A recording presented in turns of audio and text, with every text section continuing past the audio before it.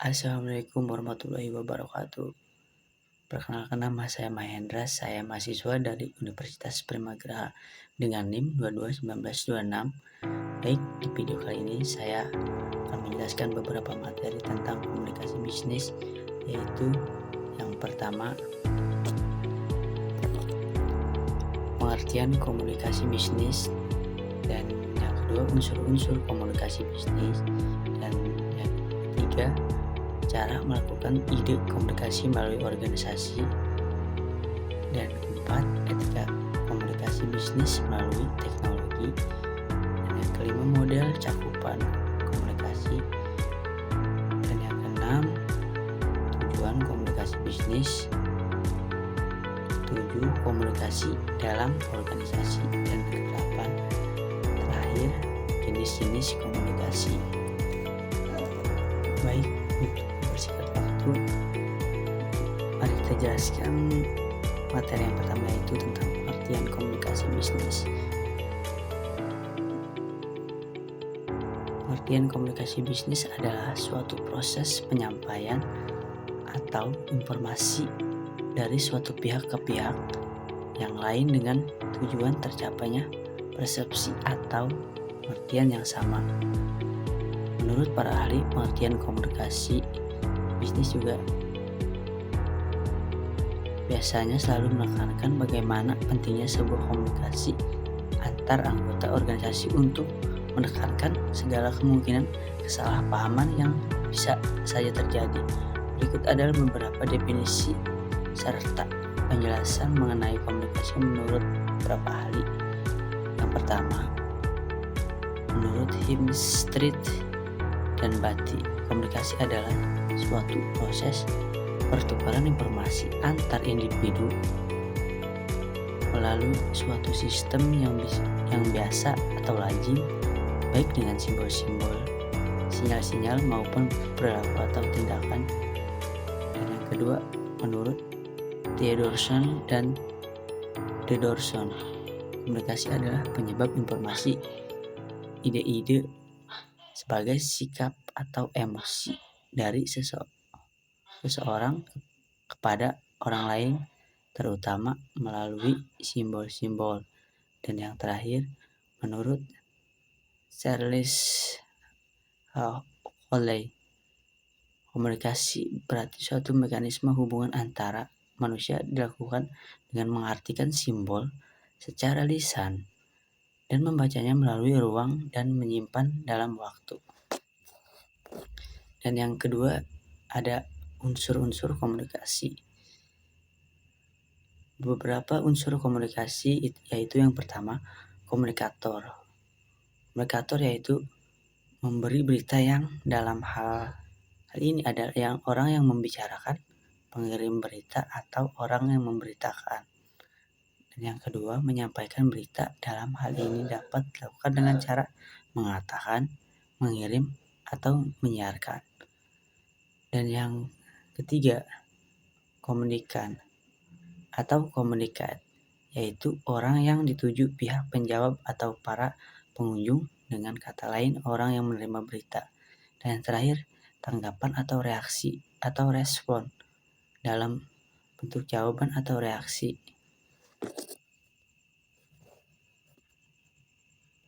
Dan yang ketiga, ada cara melakukan ide komunikasi melalui organisasi. Itu caranya ada beberapa cara, yaitu yang pertama, bagaimana menyalurkan ide dalam komunikasi. Pada umumnya, komunikasi dilakukan secara lisan atau verbal yang dapat dimengerti oleh kedua belah pihak. Apabila tidak ada bahasa verbal yang dapat dimengerti oleh keduanya, komunikasi masih bisa dilakukan dengan gerak-gerik badan seperti tersenyum, menggelengkan kepala, dan mengangguk bahu. Dan yang kedua, ada tahap-tahap cara menyalurkan ide melalui komunikasi. Yang pertama, ide atau gagasan oleh sender. Dan yang kedua, perumusan, yaitu dalam perumusan ini ide sender dapat disampaikan oleh kata-kata. Dan yang ketiga, penyaluran atau transmitting, yaitu penyaluran yang bisa lisan teruntuk simbol-simbol maupun isyarat dan lain-lain. Dan yang keempat, tindakan, yaitu tindakan ini sebagai contoh perintah-perintah dalam organisasi yang dilaksanakan. Dan yang kelima, pengertian, yaitu kata-kata si sender.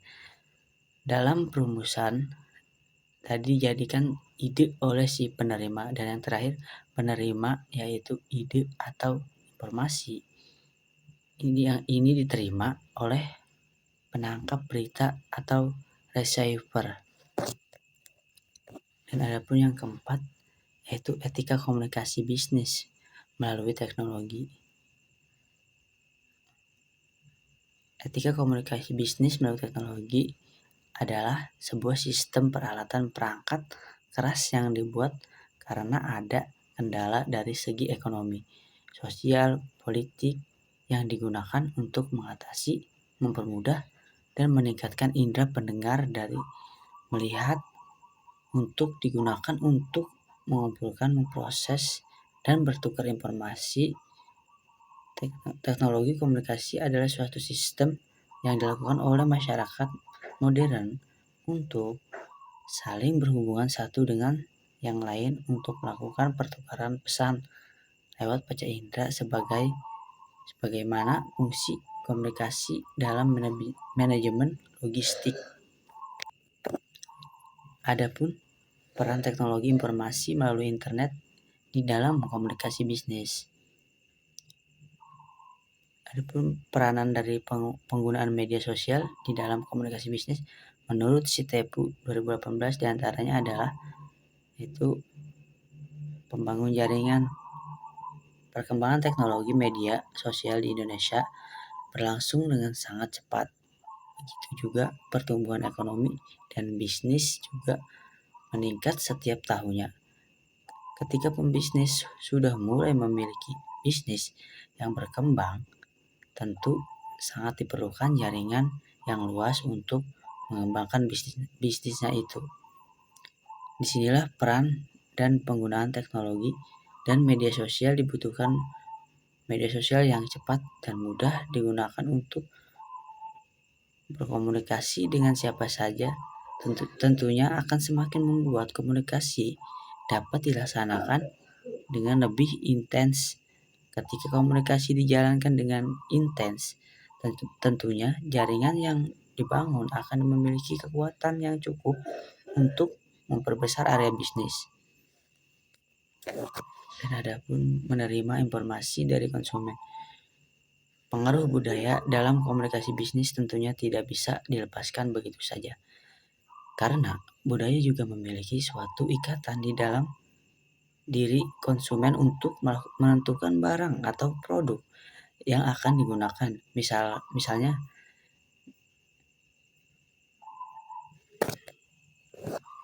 di daerah Sumatera Utara yang memiliki beragam budaya seperti budaya Karo, budaya Melayu, dan sebagaimana tentunya akan mempengaruhi perkembangan bisnis. Ketika pembisnis membuka bisnis fashion di bidang Melayu atau Karo, maka dapat dipastikan bisnis tersebut berjalan dengan lancar.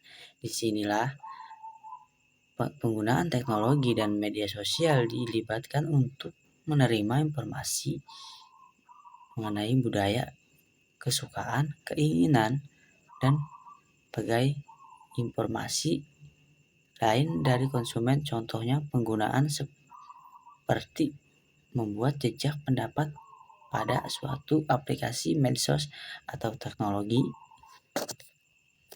Dan selanjutnya ada memperkecil pengeluaran. Dampak negatif dari media sosial dan teknologi pada bisnis hanya berupa rentanya transaksi uang disalahgunakan atau rentangnya konsumen menjadi korban penipuan. Sedangkan dampak negatif komunikasi bisnis yang dilakukan secara konvensional seperti langsung mengunjungi kolega, langsung mengunjungi konsumen, dan sebagian besar ini berarti ketika pembisnis mampu berbisnis dengan etika komunikasi di teknologi media sosial yang baik dan benar, maka penggunaan media sosial dalam komunikasi bisnis menjadi salah satu cara untuk memperkecil pengeluaran atau pemasaran.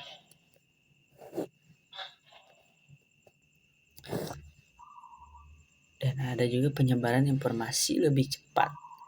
Pada tahun-tahun sebelumnya, proses penyebaran informasi tidaklah begitu cepat. Hal ini tentunya juga mempengaruhi bisnis. Namun kini penyebaran informasi menjadi sangat cepat. Bayangkan saja dalam 1 jam suatu kejadian dapat terlangsung viral atau trending topik. Dan yang kelima ada model dan cakupan komunikasi. Model dan cakupan komunikasi adalah sebuah representasi matematis atau grafis dari hubungan ekonomi antara berbagai variabel yang digunakan untuk menganalisis atau meramalkan perilaku ekonomi. Model ini membantu ekonomi untuk memahami interaksi antara faktor-faktor ekonomi seperti produksi, konsumsi, investasi, inflasi, pengangguran, dan lainnya. Cakupan ekonomi merujuk pada ruang lingkup analisis atau wilayah yang dicakup oleh model ekonomi tersebut. Ini dapat berkisar dari skala mikro yang fokus pada perusahaan atau rumah tangga individu hingga skala makro yang melibatkan perekonomian suatu negara atau bahkan global. Cakupan ekonomi dalam model mempengaruhi jenis data yang digunakan, parameter yang dihitung, dan tingkat detailkan dalam analisis ekonomi. Dan adapun model komunikasi. Fungsi model komunikasi menurut Gordon Wiseman dan Larry Barker. Ada 3 fungsi model komunikasi yang menggambarkan metode komunikasi. Yaitu yang pertama, menunjukkan hubungan visual. Yang kedua, menunjang dan memperbaiki hambatan dalam komunikasi. Sedangkan Deutsch menyebutkan ada fungsi model komunikasi mengordinasikan dan dari data yang sama namun belum teramati secara detail. Yang kedua, heuristik sebagai penunjuk fakta baru yang belum ada. Yang terakhir ada prediktif, yaitu memprediksi. Adapun jenis-jenis model komunikasi dari pendapat para ahli dapat ditarik garis lurus bahwa jenis model komunikasi digolongkan menjadi 3, yaitu yang pertama, model komunikasi linear. Gambaran model komunikasi paling sederhana yaitu terjadi secara satu arah. Pesan yang disampaikan melalui arus secara langsung dari pengirim pesan dan penerima pesan. Dan yang kedua, model komunikasi transaksional. Model komunikasi yang mementingkan peran dari pengirim pesan dan penerima pesan yang berlangsung secara 2 arah. Model komunikasi transaksional erat kaitannya dengan situasi sosial, menggambarkan peran antara pengirim dan penerima saling berhubungan sehingga tidak hanya bertukar informasi saja. Model komunikasi Bernoulli menjadi salah satu model komunikasi jenis transaksional. Dan yang ketiga, model komunikasi interaksi. Seperti model komunikasi transaksional, model komunikasi interaksi juga berlangsung secara 2 arah. Umumnya, model komunikasi ini berlangsung pada media baru, di mana dari Pengirim dan penerima pesan dapat saling memberikan umpan balik secara langsung. Model komunikasi interaksi merujuk pada model komunikasi Osgood dan Scarm. Para ahli menggambarkan berbagai model komunikasi sebagai upaya dalam menjelaskan proses komunikasi yang berlangsung, faktor-faktor yang mempengaruhi serta aktivitas komunikasi. Dan yang keenam, ada tujuan komunikasi bisnis. Tujuan komunikasi bisnis ada beberapa tujuan yang paling utama, yaitu menyampaikan dan memberikan informasi kepada customer, klien, kolega, bawahan dan penyedia atau supervisor, memberikan pengaruh kepada orang lain, mampu memberikan stimulus pada minat, serta mampu memberikan pesan kepada masyarakat untuk melakukan pekerjaan atau tugas, dan mampu memberikan pendidikan tentang perilaku. Menurut Alexander Tian dalam buku Komunikasi Bisnis 2011, komunikasi bisnis memiliki 3 tujuan, yaitu yang pertama, memberikan informasi. Tujuan yang pertama adalah menyampaikan informasi kepada orang lain. Tujuan komunikasi bisnis adalah memberikan informasi yang berkaitan dengan dunia bisnis bagi pihak lain. Tujuan komunikasi bisnis misalnya ketika pemimpin perusahaan ingin mendapatkan pegawai baru yang kompeten, maka penerapan tujuan komunikasi bisnis adalah akan memasang sebuah iklan melalui media baik cetak maupun elektronik. Dan tujuan yang kedua yaitu melakukan persuasi. Tujuan komunikasi bisnis yang kedua adalah melakukan persuasi. Tujuan komunikasi bisnis untuk memberikan persuasi kepada pihak lain agar sesuatu yang disampaikan dapat dipahami dengan baik. Tujuan komunikasi bisnis ini adalah biasanya terjadi dalam hubungan dengan penegasan konfirmasi, pemesanan pelanggan, atau negosiasi agar setiap pihak mendapatkan manfaat dan tidak ada yang merasa dirugikan. Dan tujuan yang ketiga, tujuan melakukan kolaborasi atau kolaborat. Tujuan komunikasi bisnis yang ketiga adalah kolaborasi. Tujuannya adalah melakukan kolaborasi atau kerjasama bisnis dengan pihak lain.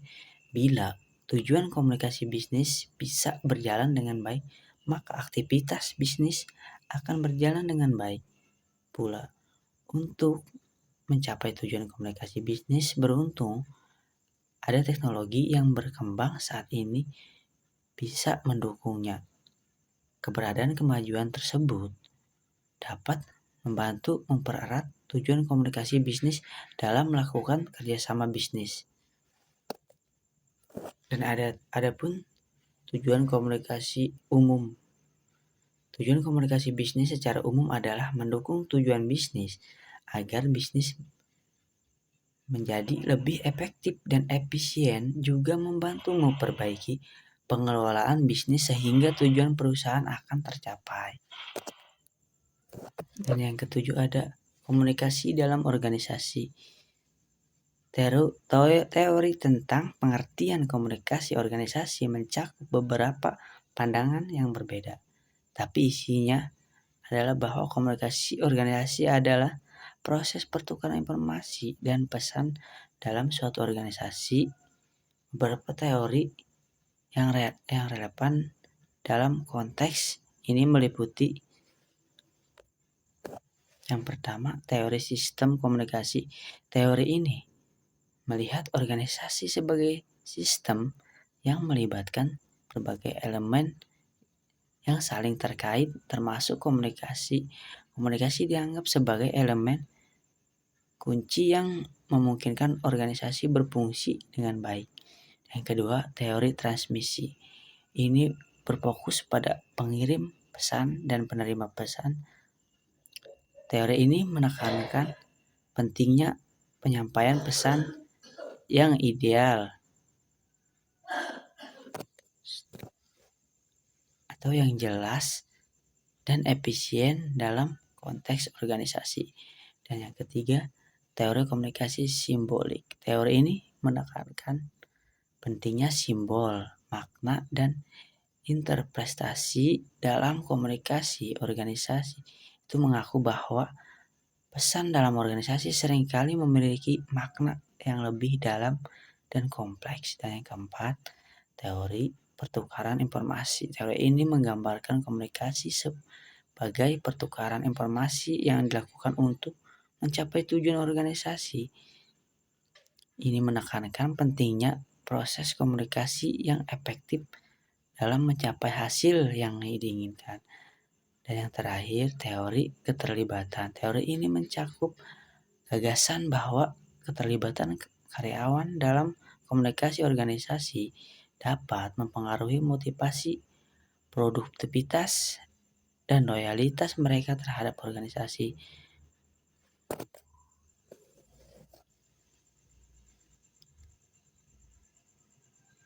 Dan pemahaman yang baik tentang teori-teori ini dapat membantu organisasi dalam merancang strategi komunikasi yang lebih efektif dan memahami peran penting komunikasi dalam mencapai tujuan organisasi. Dan materi yang terakhir yaitu tentang jenis-jenis komunikasi. Jenis-jenis komunikasi yang pertama yaitu komunikasi verbal. Komunikasi verbal merupakan komunikasi yang digunakan dengan menggunakan simbol-simbol verbal serta menggunakan kata dari satu maupun lebih bahasa. Komunikasi verbal bukan hanya berupa lisan saja, serta meliputi pula komunikasi lisan serta komunikasi tertulis. Adapun contoh komunikasi lisan seperti ketika dua orang atau lebih melakukan interaksi seperti berbincang-bincang atau dengan menggunakan media komunikasi seluler dan lainnya. Selain itu, contoh komunikasi verbal tulisan dapat berupa saling mengirim pesan dengan melalui beberapa media komunikasi seperti surat, email, dan platform chattingan lainnya. Dan yang kedua, ada komunikasi nonverbal. Komunikasi nonverbal ialah komunikasi yang dilakukan dengan cara menggunakan pesan nonverbal untuk menyampaikan sesuatu informasi. Cara melakukan komunikasi nonverbal ini adalah tanpa menggunakan kata atau mengeluarkan kalimat dari mulut, tetapi dengan cara melakukan suatu tindakan untuk menyampaikan suatu informasi. Dan contohnya yaitu komunikasi nonverbal seperti ekspresi wajah, gestur tubuh, dan penampilan. Baik, itu saja beberapa materi yang bisa saya jelaskan. Mohon maaf bila ada kesalahan. Dan terima kasih. Wassalamualaikum warahmatullahi wabarakatuh.